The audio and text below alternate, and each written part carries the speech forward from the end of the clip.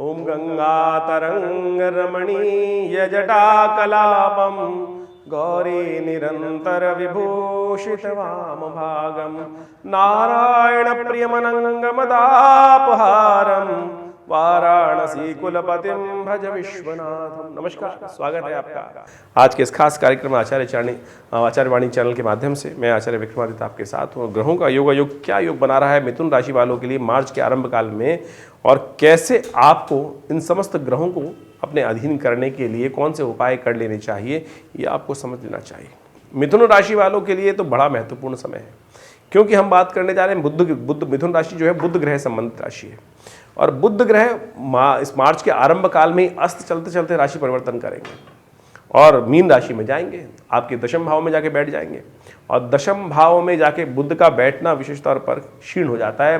Mean राशि में जाके बुध चीज़ों को ऑर्गेनाइज करेगा, लेकिन फिर भी थोड़ी सी चीज़ें ऐसी हो सकती हैं कि जो आपके लिए मिसमैनेजमेंट करने का योग बना दें। सम्मान में कोई ना कोई थोड़ा सा हल्की सी चीज़ें कम रही और फिर कहीं ना कहीं फंसा सकती हैं। तो ऐसे में ध्यान रखते हुए आपको कार्य करने की ज़रूरत है। बच्चों के एग्जाम चल रहे हैं और ऐसे में शुक्र ग्रह भी परिवर्तन की तरफ जा रहा है। बच्चों के विद्या स्थान का स्वामी है शुक्र ग्रह, वो भी परिवर्तित करके भाग्य में जाने के योग बना रहे हैं। अष्टम भाव से निकल कर नवम भाव में जाएंगे, और साथ साथ शनि महाराज अस्त चल रहे हैं। इस मार्च में ही शनि उदय होंगे, सूर्य परिवर्तन करेंगे, और साथ साथ मंगल भी राशि परिवर्तन करने का योग बनाने वाले हैं। मंगल भी भाग्य में जाने वाले हैं। इन सब ग्रहों की युति का प्रभाव क्या होने वाला है, ये आप सिलसिलेवार तरीके से समझ लें। 1 मार्च की यदि हम बात करें तो 1 मार्च को शुक्रवार का अवसर है। कन्या राशि में विशेष तौर पर षष्ठी तिथि का योग है। फागुन मास की षष्ठी तिथि है कृष्ण पक्ष की। तुला राशि में चल रहे हैं चंद्रमा, और तुला राशि में आपकी राशि के अनुसार से चंद्रमा का योग अच्छा ही है, कष्ट देने वाला नहीं है, आपके कार्यों में विजय देने वाला है, आपके कार्यों में लाभ देने वाला है। बृहस्पति के साथ बाई चांस योग ग्रहोचर में संबंध बना रहा है। एकादश में बैठ के बृहस्पति चंद्रमा पर देख रहे हैं पंचम भाव में, तो ओवरऑल बैलेंस कर रहे हैं, और आपके द्वारा किए गए बौद्धिक कार्यों में कहीं ना कहीं सफलता के योग बन सकते हैं, अच्छे से योग बन रहे हैं। रवि योग भी विद्यमान है, नए कार्यों को आरंभ करने का दिन अच्छा दिखाई देता है। ऐसे में गौ सेवा यदि करें तो बहुत सुंदर तरीके से ज्वार इत्यादि, हरी पत्ते इत्यादि, गाय को पालक इत्यादि खिलाइए। देखिए बुध अस्त होने जा रहे हैं, बुध अस्त है, परिवर्तन का योग बना रहे हैं। ऐसे में कोशिश करें गाय को पालक खिलाएं, सुंदर योग बनेगा, लाभ के योग बनेगा। यदि 2 मार्च की बात करें तो शनिवार का अवसर, फागुन की कृष्ण पक्ष की सप्तमी तिथि, वृश्चिक राशि में चंद्रमा का प्रवेश सुबह सुबह हो रहा है। आपके छठे भाव में चंद्रमा जा रहे हैं विशेष तौर पर सुबह 8:20 पर, और ये चंद्रमा का छठे भाव में जाना अच्छा नहीं माना जाता है। इस स्वास्थ्य में कहीं ना कहीं, मनोमस्तिष्क में कहीं ना कहीं खर्चों में इजाफा करने के योग दे सकते हैं। शत्रु पक्ष कहीं ना कहीं आप पर हावी हो सकता है। मन आपका कहीं ना कहीं एंजाइटी बढ़ा सकता है। शत्रु पक्ष के कारण से स्ट्रेस में आ सकता है। अननेसेसरी की स्ट्रेस को अवॉइड करने का आपको प्रयास करना चाहिए। आपके लिए सबसे श्रेष्ठ है दूध का दान करें, चावल का दान करें। ये सब चीज़ों को करने से आपके लिए लाभ के योग बनेंगे। भद्रा इस दिन विद्यमान रहेगी, जो सुबह 7:54 से लेकर रात्रि में 8:25 तक है। तो नए कार्य, बड़े कार्यों को करने से इस दिन बचें। 3 मार्च को ग्रहों का योग दिखाता है, रविवार का अवसर, अष्टमी तिथि। इस दिन नेपच्यून जो ग्रह है वो परिवर्तन का योग बना रहा है। आपके भाग्य, आपके राज्य भाव में जाकर अस्त हो रहा है। राज्य में तो चल रहे हैं पिछले काफ़ी लंबे समय से, लेकिन सूर्य के कारण से, संयुक्त होने के कारण से वो अस्त भी हो रहे हैं, और ये कहीं ना कहीं आपके लिए शुभ है, अच्छा है, चिंता ना करें, अच्छा है। जो थोड़ा सा कहीं ना कहीं दिक्कत आ रही थी वो चीज़ एकदम एक्टिवेट हो सकती है। बुध के बदलने से पहले इसका अस्त होना आपके लिए शुभ योग बना सकता है। कालाष्टमी की तिथि है, भगवान शिव का ध्यान करें। विशेष तौर पर शिव के निमित्त आप विशेष तौर पर भगवान का दूध से अभिषेक करें, कल्याण के योग बनेंगे। देखिए ध्यान रखिएगा, 8 तारीख, 9 तारीख और 10 तारीख में मूल नक्षत्रों का योग रहेगा। अणमूल नक्षत्रों का, ज्येष्ठा और मूल नक्षत्र इन 3 तिथियों में रहने वाले हैं। दोपहर के बाद से इस दिन विशेष तौर पर 3 तारीख को मूल नक्षत्र, इस ज्येष्ठा नक्षत्र का आगमन होगा, और ये कहीं ना कहीं जो जातक नए जन्म लेते हैं उनके जीवन में कष्ट देने का योग बनाता है। तो ऐसे में इनके लिए विशेष तौर पर जो इस नक्षत्र में जन्म ले रहे हैं उनकी मूल शांति अवश्य होनी चाहिए, और जिनकी नहीं हुई है, जो ज्येष्ठा में जन्म है, वो आज से 27 दिन तक उसका जप कर लीजिए। त्र्यंबकम यजामहे सुगंधिम पुष्टिवर्धनम उर्वारुकमिव वंदनात् मृत्युर्मुक्षीमामृतात्। स्वयं कर लीजिए 1000 नित्यपति। देखिएगा ये परिवर्तन का योग बनेगा, लाभ का योग बनेगा, कष्टों ग्रहों को दूर करने का योग बनाएगा। 4 मार्च की बात करें तो उस दिन सोमवार का अवसर, नवमी तिथि विद्यमान है। धनु राशि में चंद्रमा शाम को आएंगे। जो सुबह थोड़ी सी एंजाइटी होगी, शाम तक उसको बैलेंस करने का चंद्रमा अवश्य योग बनाएगा। चिंता, नए विचार आ जाएंगे, और आप देखिएगा 2 दिन पहले जो विचार नहीं आ रहे थे, आज शाम के बाद से वो विचार नए आपको आएंगे, और आपको लगेगा अरे ये पहले सोच लेते तो काम करने के, नए विचारों का उदय करने का योग दिखाई देता है। सब ग्रहों का परिवर्तन का प्रभाव है। कोशिश ये करें भगवान शिव का महामृत्युंजय मंत्र का जप करते हुए उनका अभिषेक करें। थोड़ा सा महामृत्युंजय मंत्र ओम हौं जुं सह ओम भूर्भुवस्व ओम त्र्यंबकं यजामहे सुगंधिम पुष्टिवर्धनम उर्वारुकमिव बंधनान् मृत्योर्मुक्षीमामृतात् स्वभुवभु ओम सहजुं हौं ओम, इस मंत्र का जप करके भगवान का अभिषेक कीजिए। कष्ट दूर होंगे, शारीरिक तौर पे व्याधि जो है वो सब दूर होंगी, एंजाइटी भी दूर होगी। सुंदर तरीके से परीक्षित करा हुआ ये उपाय है, इसको कर लीजिए। हींग लगे ना फिटकर रंग चोखा होगा। 5 मार्च की ग्रह गणना समझ लीजिए। मंगलवार का अवसर, 9वीं तिथि उदया तिथि है, 10वीं तिथि उसके बाद क्षय हो रही, क्योंकि अगले दिन सुबह सूर्योदय तक नहीं रुक पाएगी, 10वीं समाप्त हो जाएगी पहले ही। तो ऐसे में 10वीं क्षय होने के कारण से यह तिथि मुहूर्तों के लिए शुभ नहीं है। इस दिन राहु केतु भी परिवर्तन की तरफ जा रहे हैं, नक्षत्र में चरण परिवर्तन करेंगे।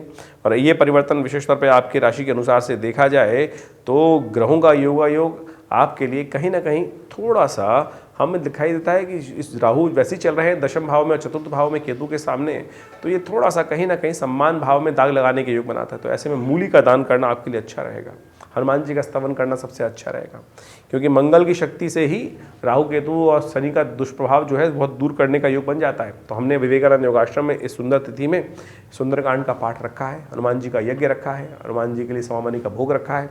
आप सब उसमें सम्मिलित हो सकते हैं, अपने नाम से भी उस अनुष्ठान में भाग ले सकते हैं। फ़ोन नंबर्स आपके सामने स्क्रीन में, संपूर्ण डिटेल्स आपको वहाँ मिल जाएंगी। यदि हम बात करें 6 मार्च की, बुधवार का अवसर, एकादशी है इस दिन, और बुधवार और एकादशी का योग बड़ा सुंदर होता है। और ऐसे में भगवान कृष्ण का स्तवन करने से समस्त कष्ट के दूर होने के योग बनते हैं। आपके ग्रह आपके अनुकूल बने हुए हैं, अच्छे से हैं ग्रह, अच्छे अनुकूल बने हुए हैं, आपके लिए नए विचारों से प्रतिपादित रहेंगे, नई शक्ति का संचार करते दिखाई दे रहे हैं। इसलिए भगवान विष्णु का स्तवन करने से और ज़्यादा भगवान की कृपा आपको बनने के योग बनेंगे। 7 मार्च के दिन ग्रहों का परिवर्तन का योग है। बुध राशि में मीन राशि में जा रहे हैं अस्त स्थिति में, सुबह 9:35 पर। कुंभ रात सुबह ही 10:47 पर कुंभ राशि में प्रवेश करेंगे शुक्र ग्रह। तो ये दोनों ग्रहों का परिवर्तन जो है वो आपके लिए कई मामलों में अच्छा भी है और कई मामलों में थोड़ा सा ध्यान रखने वाला भी है। बुध का परिवर्तन चीज़ों को ऑर्गेनाइज करता दिखाई दे रहा है। भाग्य से निकलकर नवम से निकलकर दशम में आना बुध का अच्छा माना जाता है, लेकिन कमज़ोर स्थिति में। आपकी राशि के अनुसार से यदि बात करें तो थोड़ी कमज़ोर स्थिति रहेगी। तो ऐसे में बुध को थोड़ा शक्ति देने की आपको ज़रूरत है।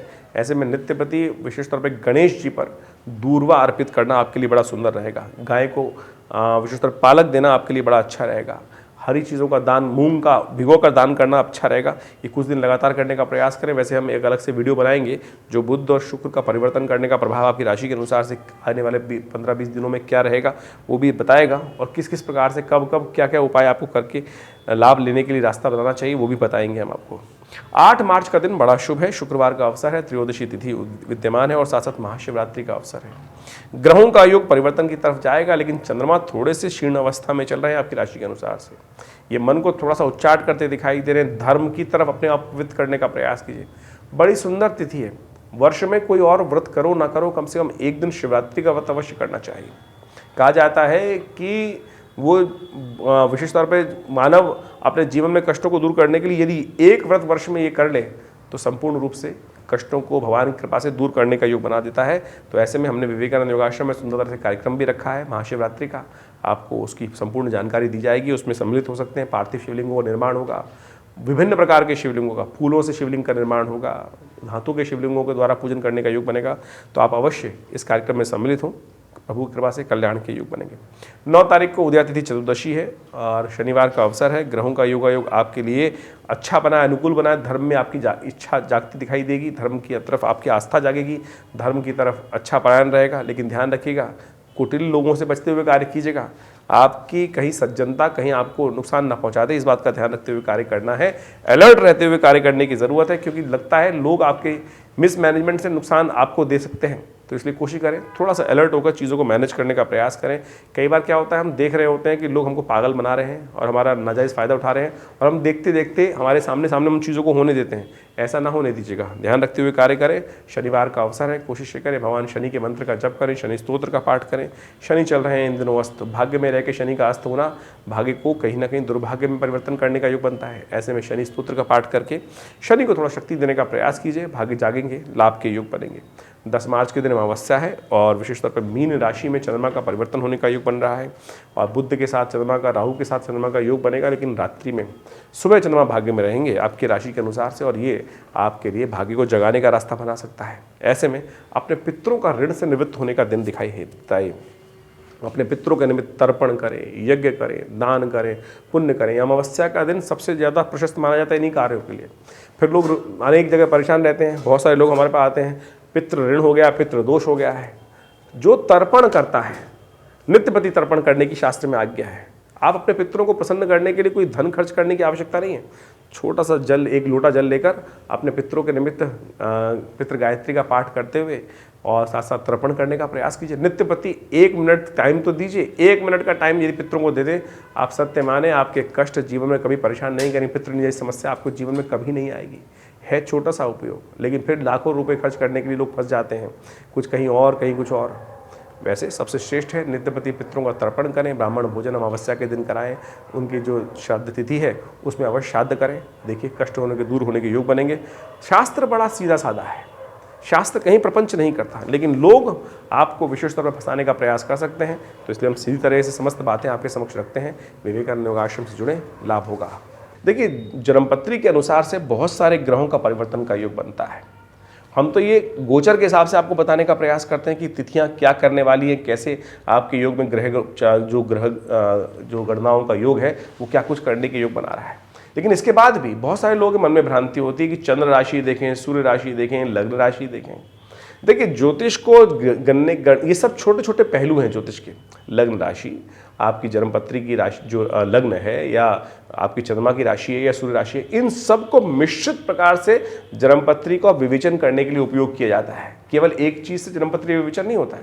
तो यदि आपकी मेष लग्न है या मेष राशि है या सिंह कुछ और लग्न, आपकी सूर्य राशि कोई और पड़ रही है, तो सबको देखेंगे तो आपका थोड़ा सा उसका योग बनता दिखाई देगा। लेकिन जब हम ज्योतिषियों के पास जाते हैं तो वो पूरी तरह से अपने ज्ञान के अनुसार से गणनाओं को देखते हुए आपको बहुत बढ़िया तरीके से उसका एनालाइज करके बताते हैं। तो ये तो आज जब टीवी पे सुन रहे हैं तो ये जनरल प्रेडिक्शन हम आपको समक्ष उपस्थित करते हैं गोचर के अनुसार से, और गोचर के अनुसार से क्या प्रभाव होगा उसको समझकर आप अंदाज़ा लगा सकते हैं कि आपके लिए समय किस प्रकार से परिवर्तन है। अच्छा तो ये रहेगा कि आप अच्छे से जन्मपत्री का विश्लेषण कराएं, समय समय पर विश्लेषण कराते रहें, क्योंकि उससे हमें काल के समय में, काल गणना के संबंध में अंदाज़ा लग जाता है कि हमारा कौन सा समय बहुत गति से अच्छे आगे बढ़ने का और कौन सा समय हमें थोड़ा सा रिजर्व रहते हुए कार्य करने की ज़रूरत है। कहाँ हम अच्छे से खेलेंगे तो बहुत बढ़िया तरीके से जीवन में उन्नति करने के योग बना लेंगे, लेकिन जब हमें समय हमारे विपरीत चल रहा है तो हमको सावधानी से, बहुत अत्यधिक सावधानी रखते हुए कार्य करने की ज़रूरत है। तो ये काल गणना को समझने के लिए अच्छा रहता है कि हम समय समय पर अपनी जन्मपत्रियों का, अपने समय का विश्लेषण हमारे ज्योतिष विज्ञान के माध्यम से करते रहें। तो उसके लिए हमारे आश्रम की सुंदर व्यवस्था आपके समक्ष उपस्थित है। नंबर्स आपके सामने चल ही रहे हैं और आश्रम में समय समय पर बहुत सारे अद्भुत कार्य होते ही रहते हैं। जैसे अभी शिवरात्रि का महायज्ञ का अनुष्ठान है और विशेष तौर पर ये बहुत सुंदर अनुष्ठान है जो आश्रम पर चलेगा। इस दिन शिवरात्रि के दिन जो इस बार योग बन रहा है 8 मार्च के लिए, वो बड़ा अद्भुत योग है। और ऐसे में संपूर्ण रूप से हमारे यहाँ भगवान शिव की बहुत सुंदर तरीके से पूजा रुद्राष्टाध्यायी के द्वारा विभिन्न पूजन करने का सुंदर व्यवस्था रहती है।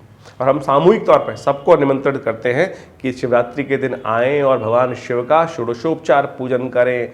और विशेष तौर पर भगवान शिव के पार्थिव शिवलिंगों का निर्माण किया जाता है और उन सब जो भी यजमान इत्यादि उपस्थित होते हैं उनके सबके द्वारा उनका पूजन अलग अलग से करने की व्यवस्था हमारे आश्रम पर की जाती है। तो आप सब भी उस कार्यक्रम में सादर आमंत्रित हैं और उसमें स्थान आरक्षित कराने के लिए आप नीचे दिए फ़ोन नंबर्स पे फ़ोन करके संपर्क साध कर आप अपने स्थान को आरक्षित कर सकते हैं। जो दिल्ली में तो वो तो अच्छे से आ ही सकते हैं इस कार्यक्रम में भाग लेने के लिए, लेकिन जो तो बाहर है उनको अपने यदि इस कार्यक्रम में भाग लेना है तो अपने स्थान को आरक्षित करने के लिए योग्य पंडितों के द्वारा आपके नाम से रुद्राभिषेक करा दिया जाएगा और भगवान शिव का आशीर्वाद आपको प्राप्त हो, इसलिए सुंदर व्यवस्था बना दी जाएगी। तो उसके लिए आप अपने स्थान को आरक्षित कराने के लिए फ़ोन नंबर्स पे संपर्क साध कर अपनी व्यवस्था करा सकते हैं। तो ये योग बड़ा सुंदर है। शुक्रवार के दिन शिवरात्रि का योग पड़ रहा है। ऐसे में भगवान शिव की आराधना अद्भुत आनंद भाव से करें, कल्याण के योग बनेंगे। ईश्वरी कृपा से मनोकामना सिद्धि के योग बनेंगे। धन्यवाद।